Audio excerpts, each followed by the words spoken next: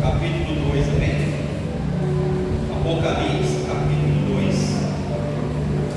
Não sei se você tem percebido, mas o Espírito Santo tem nos confrontado nos últimos tempos para um arrependimento verdadeiro, genuíno, para que nós possamos nos aproximar mais dele cada dia mais. E o que eu vou compartilhar com os irmãos hoje é algo que eu vivi essa semana, principalmente. Deus falou grandemente no meu coração. E nós não sabemos como vai ser o dia de amanhã, nós não sabemos como vai ser o governo, nós não sabemos o que vai acontecer no mundo, mas a única certeza que nós temos um Deus. E esse Deus, ele está aqui hoje, ele quer falar no teu coração, assim como ele falou comigo.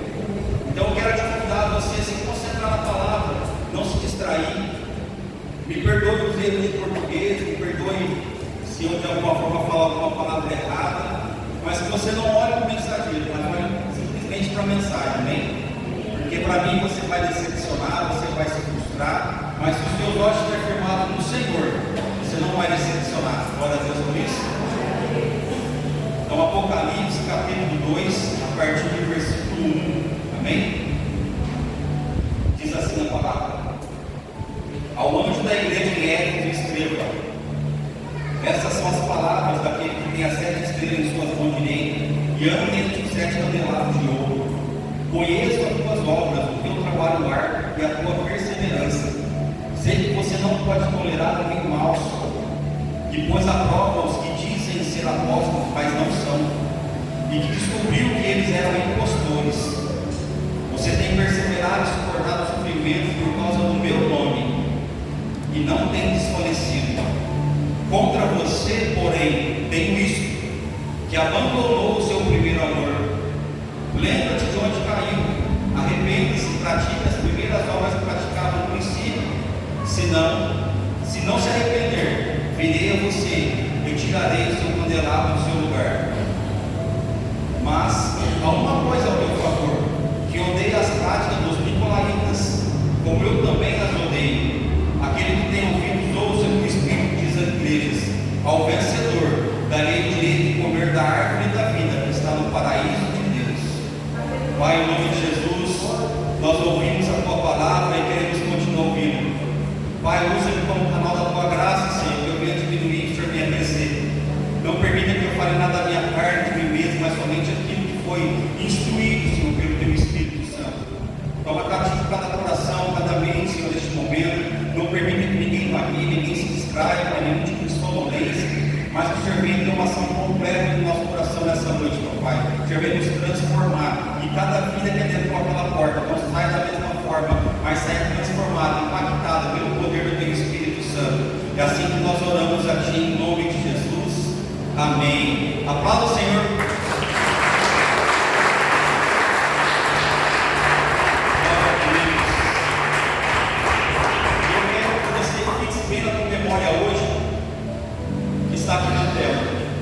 Primeiro amor. Eu creio que todos aqui já tiveram alguns primeiros amores, amém? Mas o significado espiritual para primeiro amor se refere àquele fervor inicial. Lembra? Aquela paixão, aquela devoção sincera. É aquilo que nós experimentamos quando nós iniciamos a nossa caminhada cristã, logo após a nossa conversão. É aquele zelo puro, que tudo que nós pensarmos, tudo que nós fazermos seria para o Senhor.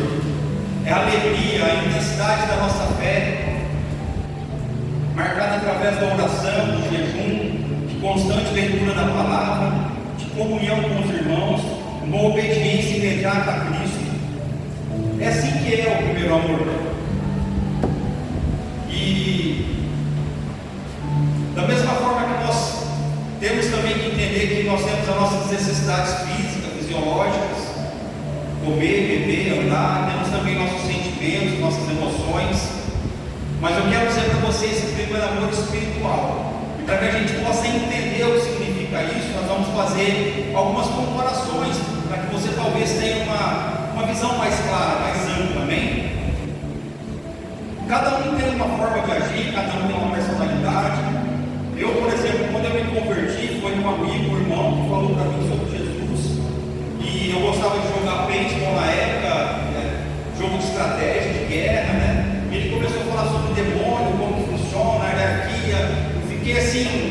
grato àquilo. Comecei a estudar, comecei a buscar, e a partir daí então veio a minha conversão, comecei a andar nos caminhos do Senhor. E tudo para você quando está no começo é espiritual, né?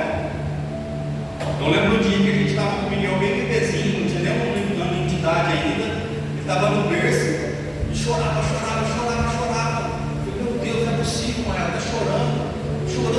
Não, é demônio. Aí começamos a orar, vamos expulsar, vai sair, chorava. Eu falei, não é possível, você vai sair sim, vai sair, orando, guerreando, e peguei o óleo e ungi. Aí certa altura daquela batalha, daquela guerra, né?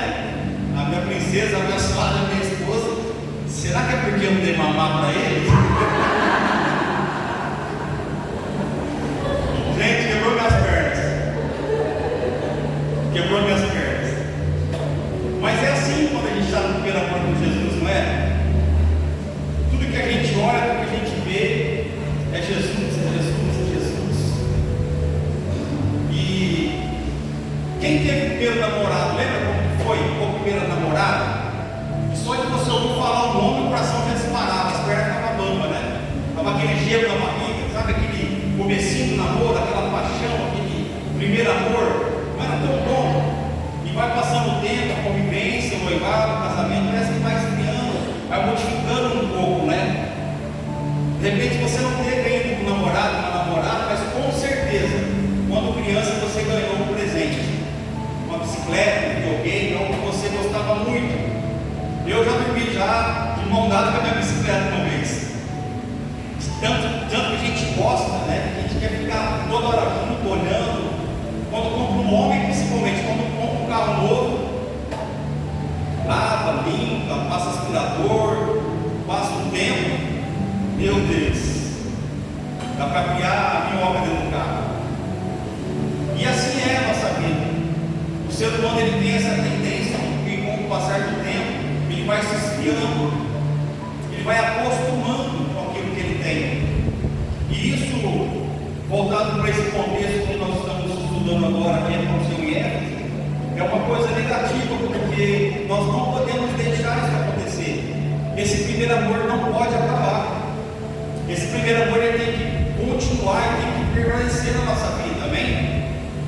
A igreja de Éfeso, ela era fiel à doutrina, ela era perseverante. Contudo, Jesus ele aponta que tinha perdido essa essência de relacionamento, o amor verdadeiro por ele.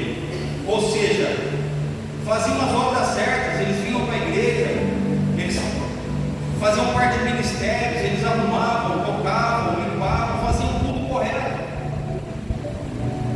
mas não era apaixonado, não tinha aquele fogo, aquela chama no coração, não tinha no começo e no início.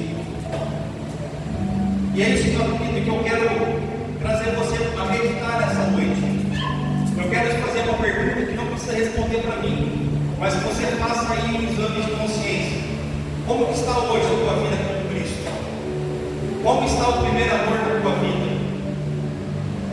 Os apóstolos, os discípulos e muitos seguidores de Jesus, quando Jesus caminhou aqui na terra, ou até mesmo depois que ele morreu e foi ressuscitado, eles continuaram vivendo a igreja. E muitos deles foram presos, foram jogados no Coliseu para que os leões os devorassem, foram queimados vivos como um poste de iluminação. E eles só suportaram, irmãos, só ficaram firmes, eles só não negaram a fé, porque eles tinham vivo essa essência, esse primeiro amor. E é isso que eu quero te convidar a você trazer agora no teu coração e pedir para que o Espírito Santo venha te ajudar a voltar, a fluir, a viver aquilo que a gente vivia lá atrás, amém? O primeiro amor, ele é relacionamento e não apenas obras. Não basta servir, não basta pregar, não basta trabalhar na igreja. Se não houver amor em Cristo e amor pelos irmãos, a obra perde valor. 1 Coríntios 13, 1 ao 3. Ainda que eu falasse a língua dos homens e dos anjos, se não tiver amor, serei como o sino que ressoa ou como um prato que retine. Ainda que eu tenha o dom da profecia e saiba todos os mistérios e todos os conhecimentos, e tenha uma fé capaz de mover montanhas, mas não tiver amor, nada serei.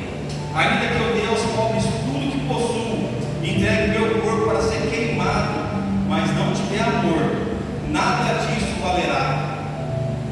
O principal é o amor. O principal é essa paixão por Jesus e pelo nosso próximo. É um chamado também a um arrependimento nesse contexto de Éfeso.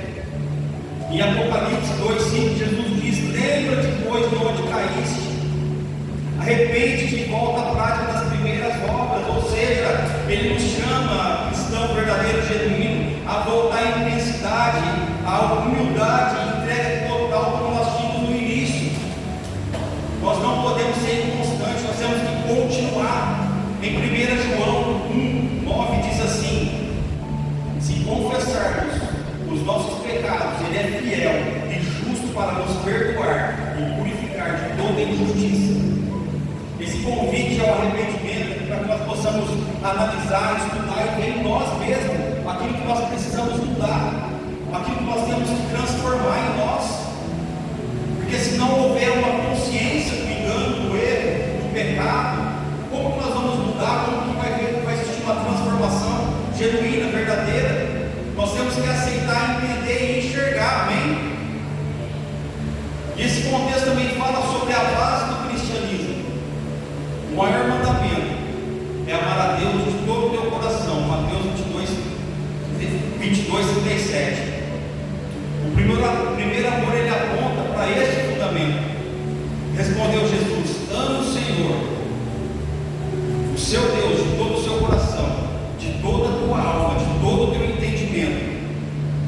Este é o primeiro e maior mandamento, e o segundo semelhante a ele: ame seu próximo como a ti mesmo. Mateus 22:37-39. Muitas vezes nós falamos que nós amamos ao Senhor, que nós o adoramos, que nós não negaremos, mas a palavra fala que nós temos que amar Ele com todo o nosso entendimento, de todo o nosso coração, com toda a intensidade. E muitas vezes não é assim que nós fazemos, não é assim que nós agimos, porque não é fácil amar dessa forma. E o mais próximo que o ser humano vai sentir desse amor que Deus tem por nós, esse amor genuíno, verdadeiro, é o amor de um pai para o filho. Não que o esposo, a esposa, que a mãe, não estou falando que não é importante, que não é belo, que não é bonito, mas aqui quem tem filho sabe o que eu estou falando. O amor mais belo, que vai chegar mais próximo disso, é o amor do pai, da mãe, pelo seu filho, pela sua filha. E nós temos que entender que existem 3 tipos de amor.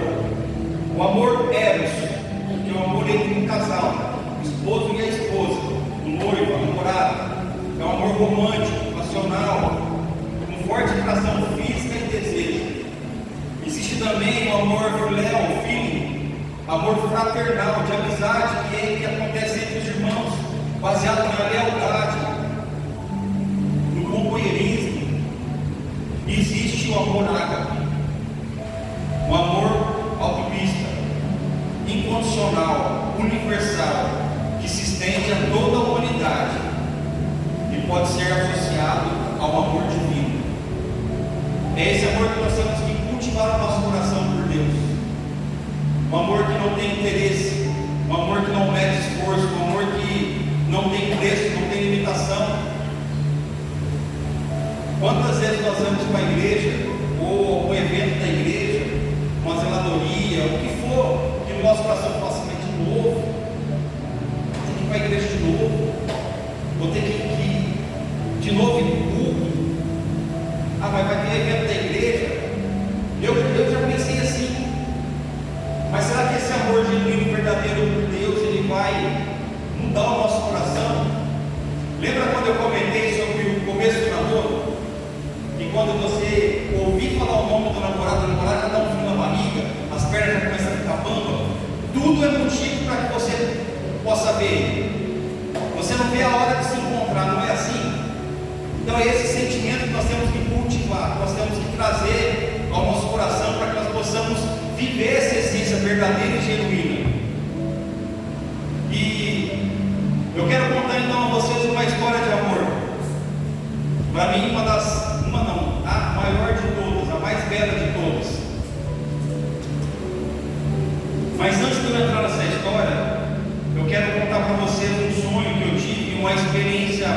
pessoal com o Senhor. Há um tempo atrás eu estava sonhando, dormindo, e no sonho eu sonhei que o Miguel tinha morrido. E ali no sonho eu vi o caixão, suporte, o caixãozinho pequeno, as flores, e eu chegava ali, eu ajoelhava e chorava, e aquilo doía no peito, doía no peito. E durante a noite ali, o tempo passou isso, eu acordei na madrugada, e aquela dor era tão real, foi tão intenso, foi tão verdadeiro, que o meu peito doía, estava doendo, como se fosse real. E o sentimento que eu tinha acordado era o mesmo.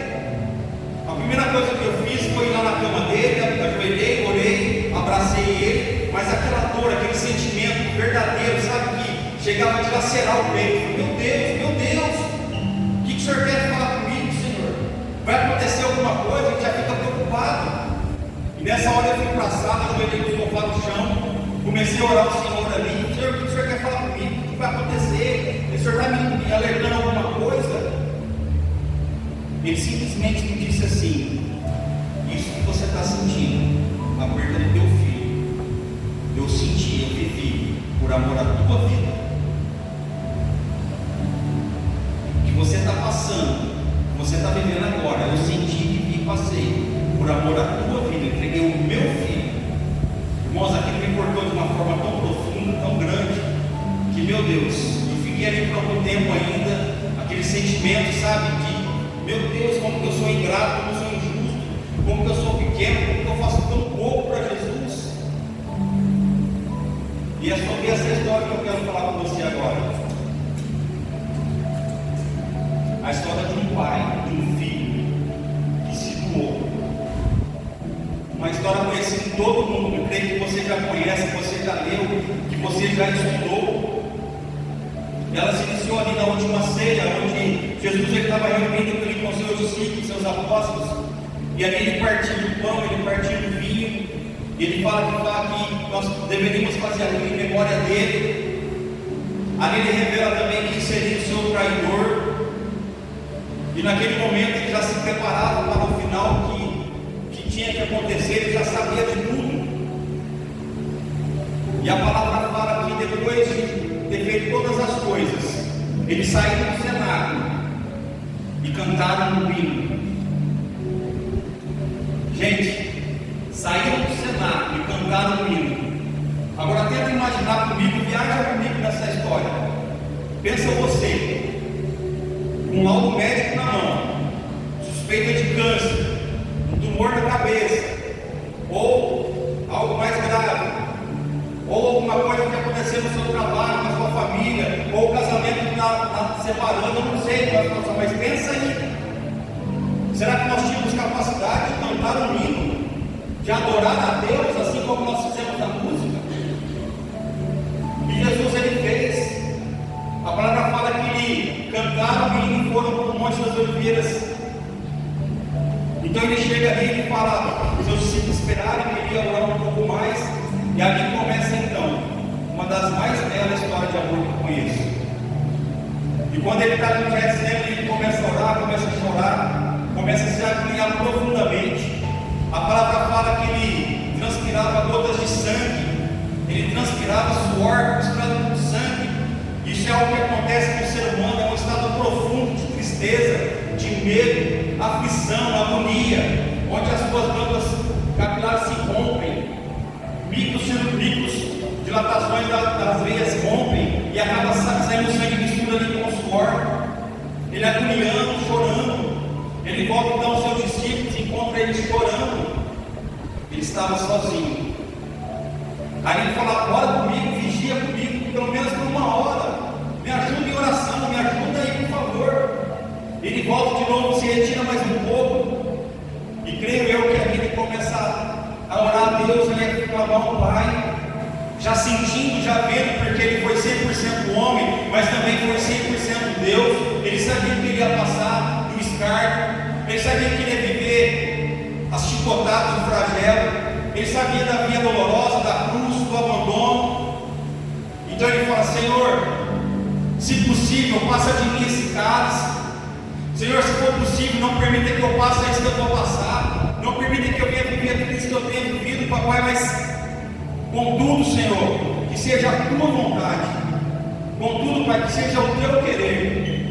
E a palavra fala então que ali eles chegaram, prenderam Jesus, levaram ele, ali tinha zombaria, ali eles batiam em Jesus, cuspiam, jogavam alimentos podres.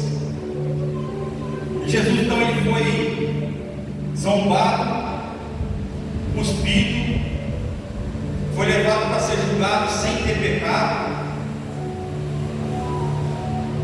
Eles amarraram Jesus no tronco, e a palavra fala que o açoite dos romanos era 39 menos 1. Eles usavam um chicote chamado vasorrário, que ele era 3 tiras de couro, e na ponta dessas tiras, ao longo dela, tinha bolinhas de chumbo e pedaços de ossos.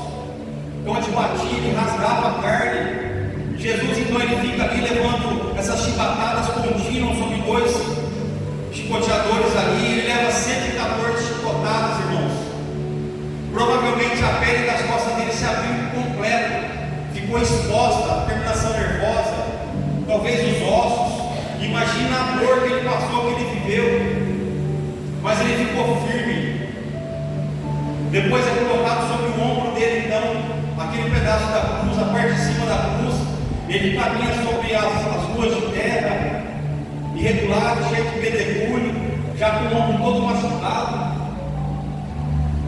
E antes disso, ele preso, eles teceram uma coroa de espinho e colocaram sobre a cabeça de Jesus e bateram com uma vara, colocaram nele também um manto de linho, para que ele viesse representar um rei, zombando dele, fechado, taparam os olhos dele, batiam e falaram assim: profetiza quem está te batendo, você não é o Deus. Olha o que Jesus viveu, o que ele passou. Quando chega ali no Calvário da cruz, então ele tem que ser pregado na cruz, já com as costas todas abertas, sangrando muito, já desidratado. E quando prega ele na cruz, os estudos dizem que o prego não era na mão, porque a mão ele rasgava, era no pulso. Então quando estica a mão de Jesus e coloca o prego no pulso dele, ele afeta o nervo mediano. Quem já sofreu aqui dor de dente?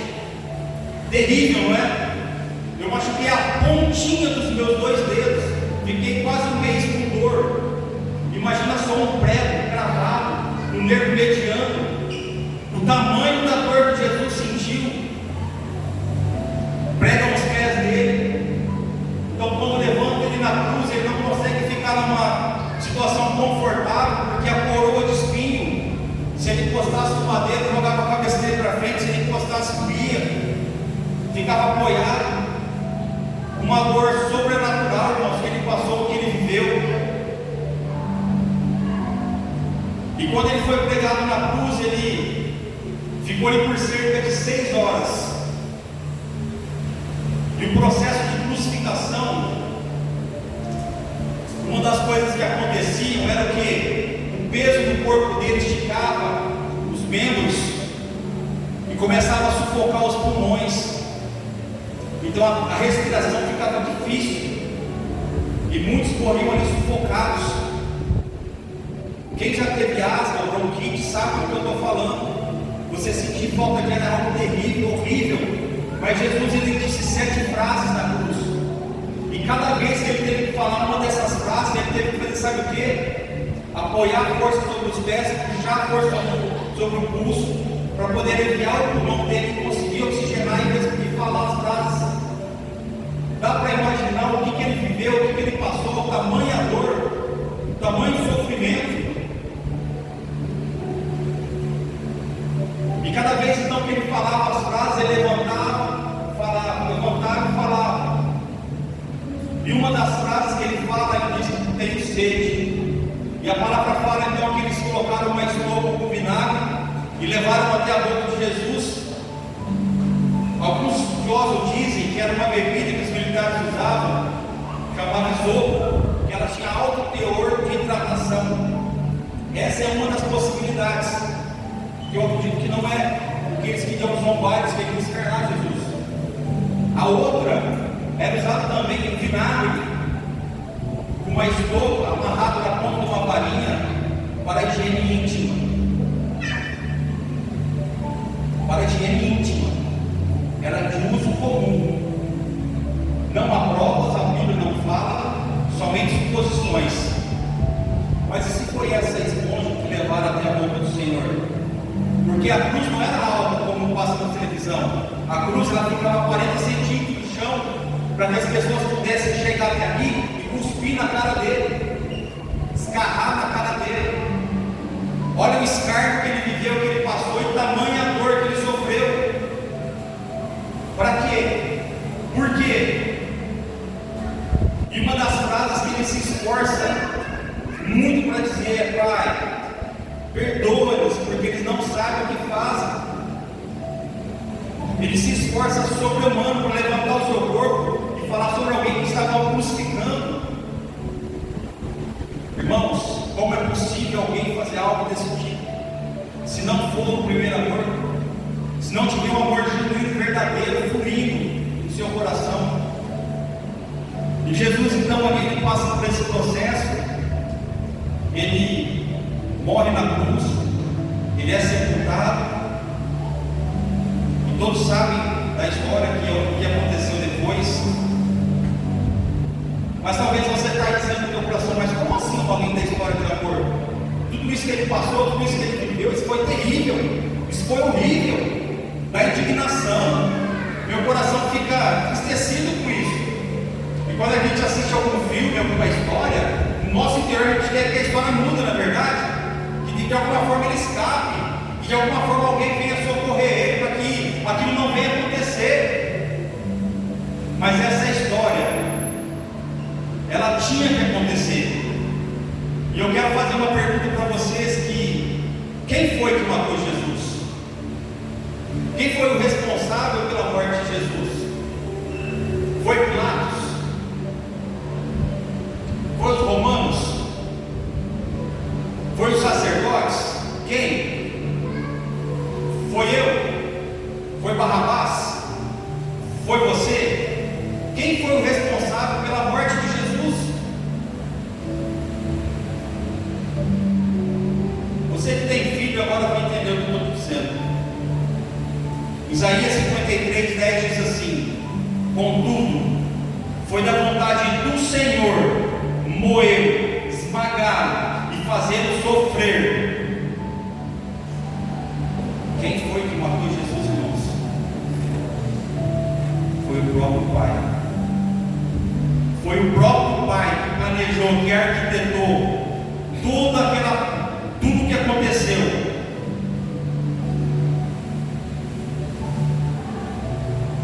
E a palavra fala em Salmo 68:2: certamente Deus esmagará a cabeça dos seus inimigos, o crânio cabeludo que persiste em seus pecados. Teve um porquê, teve uma história por trás de tudo isso, porque foi necessário e preciso isso acontecer. Nós sabemos que o nosso pecado já foi levado na cruz, nós entendemos que Jesus morreu por nós, mas quando acontece, se concretiza esse projeto, esse plano que Deus já tinha desde a fundação do mundo. Quando Jesus morre naquela cruz, acontece algo muito importante, sobrenatural, que vai pesar na minha vida e na sua vida hoje e para sempre. Imagina comigo só, quando existiam as guerras medievais, que era reino contra reino, e um rei vencia o outro, o que acontecia?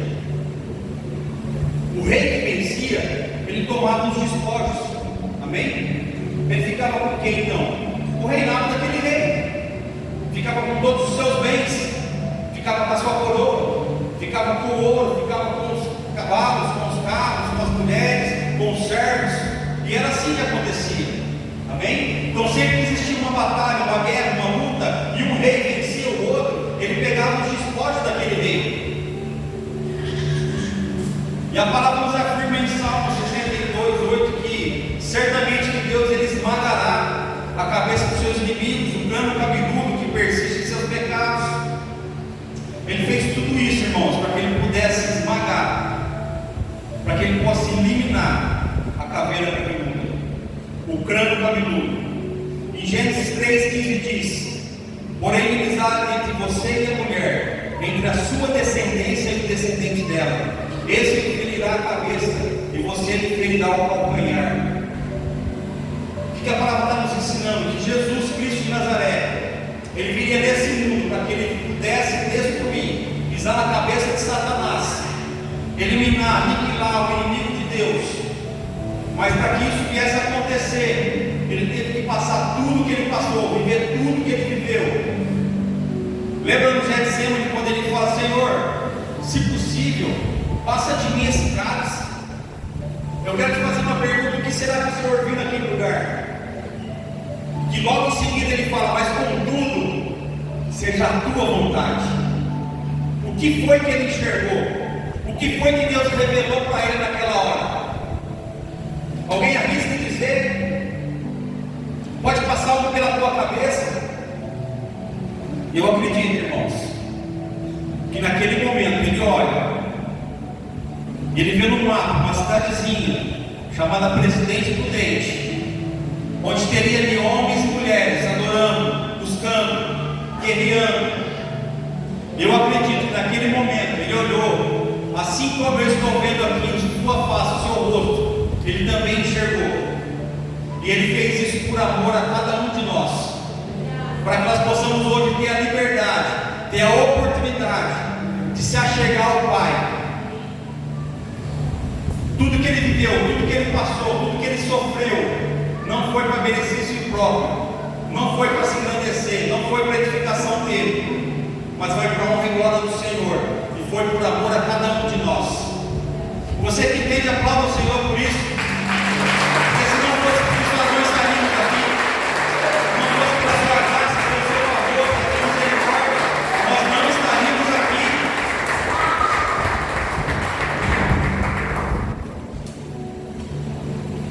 E de repente você está pensando assim: mas está bom, aí Ele morreu na cruz, aí acabou a história, morreu, acabou, já era. Lembra dos discípulos de Emaús? Que logo após a crucificação, logo após Ele morrer, eles foram embora para Emaús, e o próprio Deus foi com eles ali conversando, Jesus instruindo eles. Ele falou assim: mas achávamos que era Ele quem ia remir Israel. Nós pensávamos que Ele ia sentar no trono de Davi, mas Ele já morreu, acabou, não tem mais jeito, não tem mais o que fazer. Nós achávamos que Ele ia redimir Israel, mas Ele está morto, acabou a chance, não tem mais esperança. E quantas vezes nós nos posicionamos, nos comportamos da mesma forma? Nós podemos talvez falar que acreditamos em Jesus, que nós aceitamos Jesus, que nós confiamos em Jesus, mas nós não acreditamos que nós somos escolhidos por Ele. Nós não acreditamos que nós somos a menina dos seus olhos. Nós não acreditamos que a palavra fala que Ele entregou reinos por você, nações em troca de você. Nós colocamos isso em dúvida, irmãos. Quantas e quantas vezes nós questionamos: mas será que o Senhor é comigo mesmo? Porque tanta luta que eu estou passando, tanta luta que eu estou vivendo, tanta dificuldade que eu estou enfrentando, será que Ele é comigo? Por que Ele não me ajuda? Por que Ele não faz? Por que eu não vivo somente feliz? Se nós juntarmos tudo que cada um de nós viu aqui, juntar tudo, colocar dentro de um pote, é insignificante perto daquilo que Ele viveu por nós. Não é nada perto do que Deus fez por nós.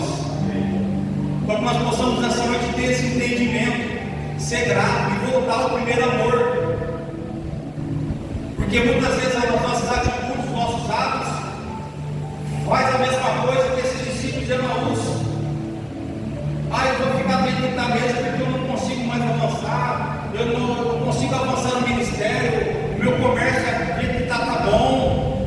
Quantas e quantas vezes as decepções, o medo, a insegurança, a incerteza nos aprisiona e não permite que a gente venha avançar. Quantas vezes nós fazemos questão de falar do tamanho do nosso problema? Para quantas pessoas nós enfatizamos o tamanho da nossa luta, o tamanho da nossa dificuldade, o tamanho da nossa limitação?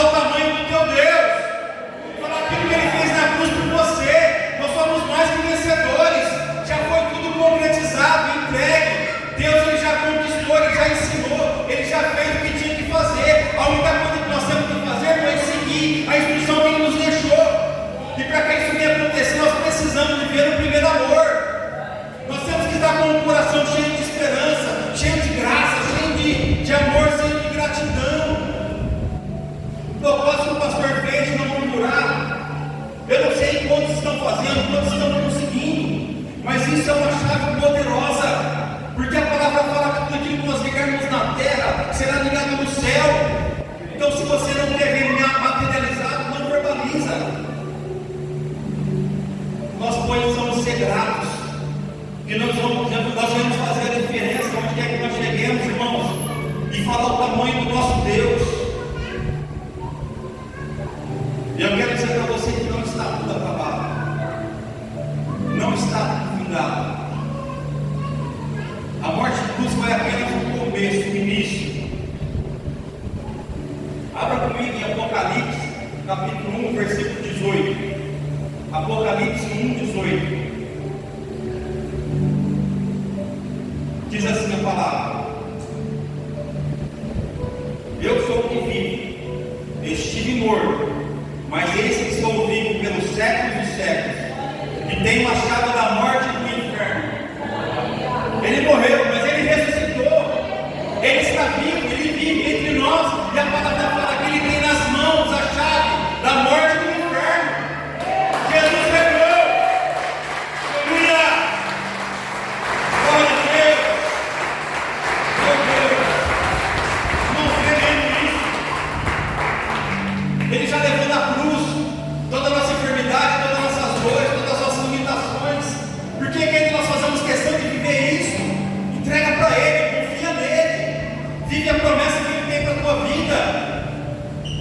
E eu fico imaginando então nesse momento, eu sou daquele, sabe, que começa a ler, começa a estudar, eu começo a viajar. Tem hora que eu vou lá no lugar, fico vivendo junto da situação, eu fico imaginando, irmão, o que aconteceu aqui nesse momento, porque, meu Deus, eu acho que estava acontecendo então uma festa no inferno.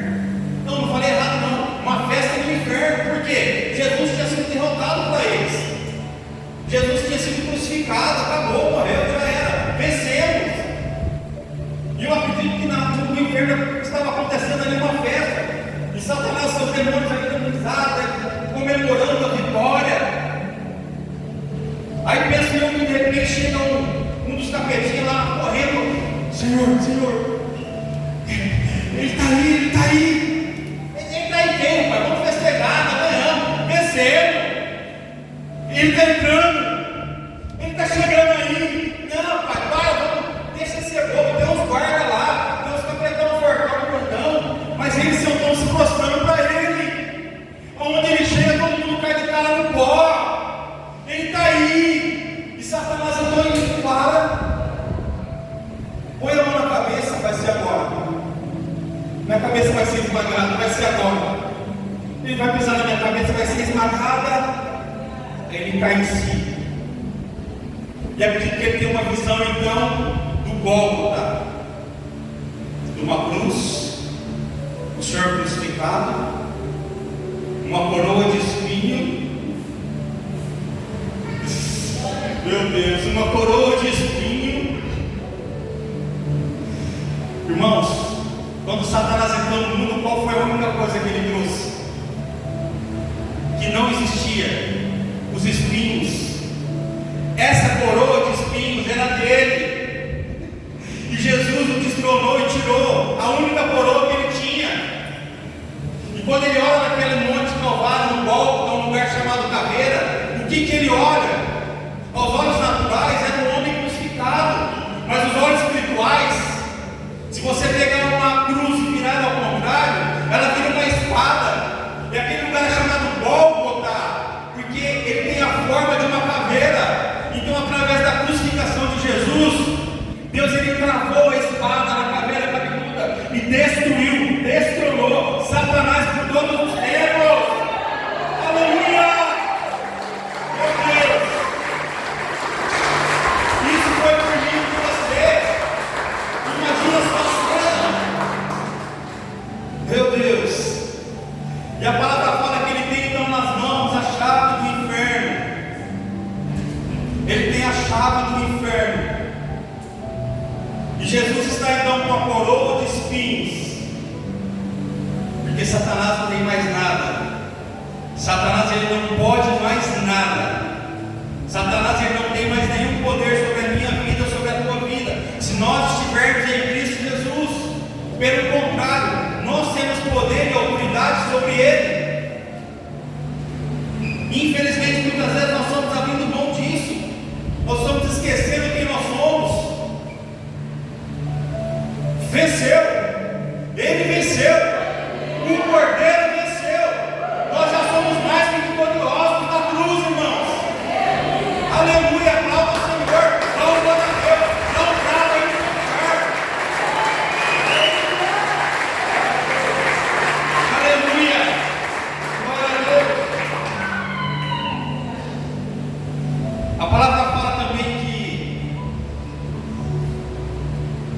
Jesus ele tem poder sobre a morte, Jesus ele tem autoridade sobre a morte, e que um dia nós encontraremos com ele nos ares.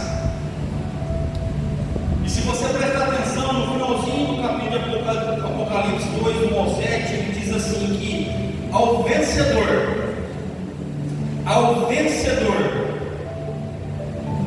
se você quiser abrir como é comigo, é Apocalipse 2, capítulo 7. Versículo 7, perdão. Capítulo 2, versículo 7. Aquele que tem ouvido, ouça o que o Espírito diz às igrejas. Ao vencedor, darei o direito de comer da árvore da vida, que está no paraíso de Deus. Mas como assim? Que árvore da vida é? Que doideira essa aí? A árvore da vida que está no paraíso? Qual é a árvore que levou o homem a cair, a pecar? Era uma árvore que estava no centro do jardim, que era a árvore da vida e da morte. E quando ela comeu, desobedeceu a Deus, então a partir dali o homem morreu. O homem não foi criado, foi projetado para morrer. Era para viver a eternidade no jardim.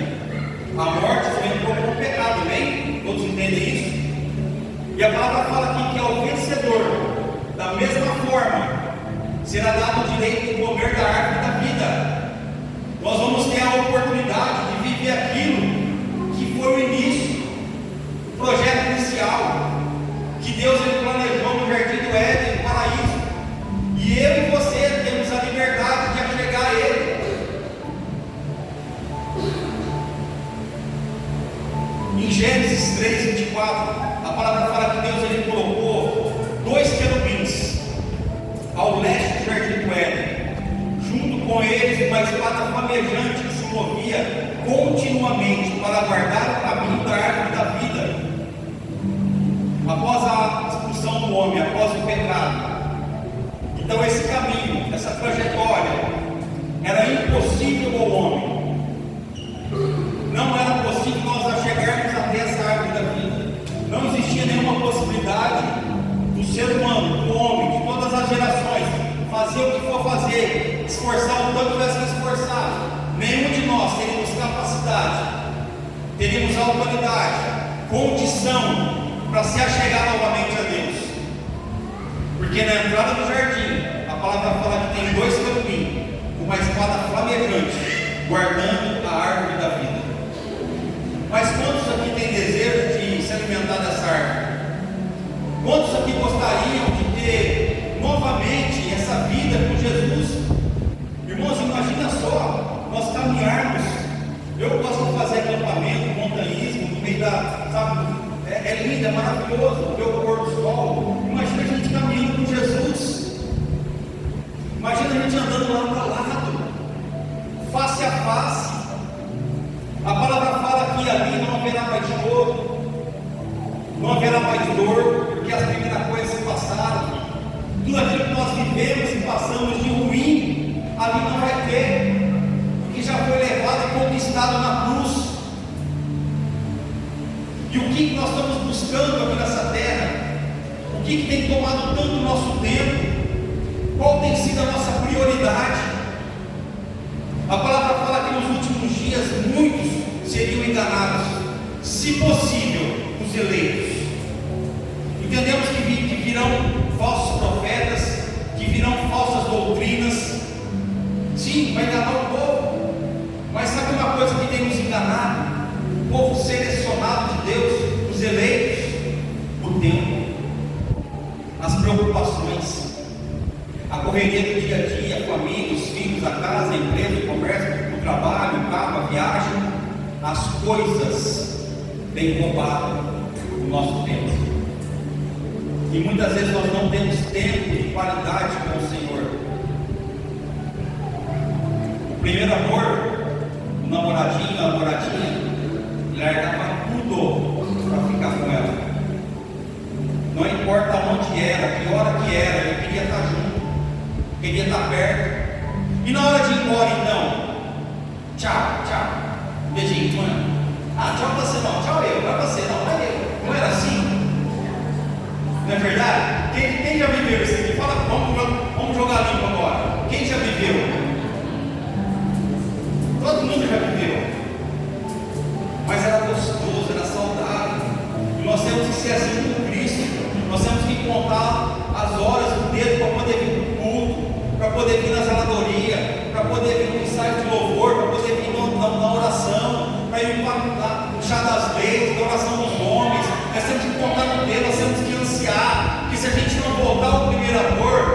voltar às práticas que tinha no começo, nós não vamos viver isso, irmãos. Não sou eu que estou falando, é a palavra. Se nós não nos arrependermos e voltarmos às primeiras práticas, será tirado o nosso candeeiro.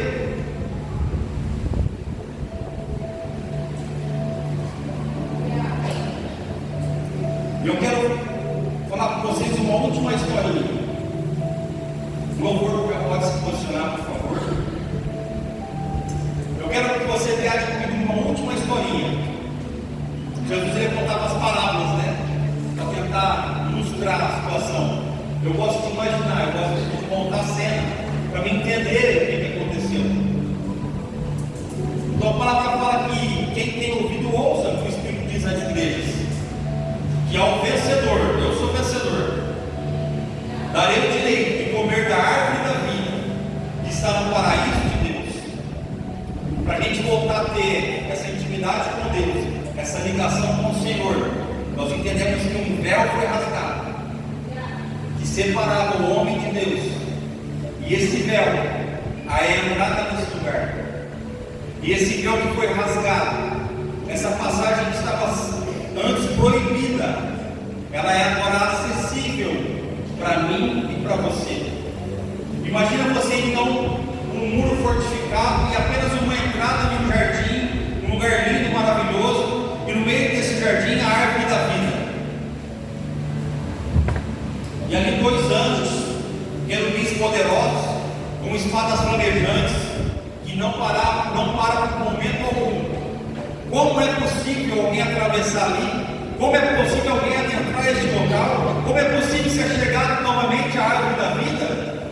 Mas a palavra fala, meu Deus, a palavra fala que existe um homem,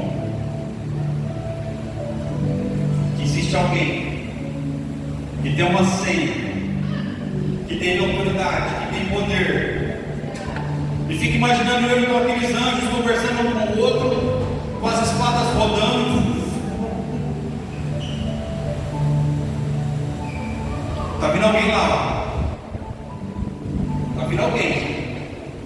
Mas quem é aquele que está vindo lá? Quem ousa querer entrar no jardim? Quem se levantou para entrar aqui se Deus proibiu? Quem é aquele que vem caminhando com glória, com graça, com poder, com ousadia? Quando o jeitão chega perto deles, olha fixamente aquele homem e ele faz assim, ó. Eu tenho a senha, eu tenho a senha, eu tenho poder, eu tenho autoridade, eu posso entrar nesse jardim. Jesus ele atende novamente ao jardim e abre a oportunidade para mim e para você, seguindo conforme tem instrução na palavra. E mais uma vez esse véu, ele é rasgado. E mais uma vez nós temos então a oportunidade de viver o projeto original que Deus tem para a minha vida e para a tua vida. Eu quero te convidar a você colocar-se de pé neste momento, você fechar os teus olhos, você fazer um exame de consciência aí, de como que está a tua vida, o que você tem vivido, o que você tem passado. Se essa palavra falou ao teu coração,